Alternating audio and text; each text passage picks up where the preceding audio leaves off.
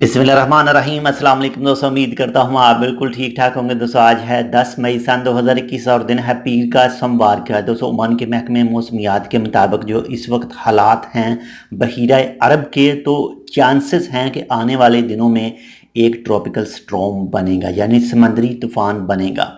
ये सालाना के बेस पर है, यानी सालाना जैसे 4 से 5-6 साल हो चुके हैं कि हर साल आने वाले दिनों में 5वें और 6वें महीने में ट्रॉपिकल स्टॉर्म समंदर के अंदर बन जाते हैं बहीरा खलीज में, तो बहीरा अरब में। तो इस साल भी कुछ ऐसा ही सिस्टम है जो इस वक्त हालात हैं समंदर के, तो बनने के चांसेस हैं। और जो ओमान का महकमा है मौसमियात है उसके ऊपर नज़र रखे हुए है, तो जैसे जैसे जो चीज़ें भी सामने आएंगी तो वो भी आपके साथ शेयर करेंगे। बाकी इसके साथ में दूसरी एक न्यूज़ है कि दुबई ने 4 मुल्कों की फ़्लाइटें बंद कर दी हैं, जिसमें पाकिस्तान भी शामिल है, बांग्लादेश शामिल है, श्रीलंका शामिल है और नेपाल शामिल है।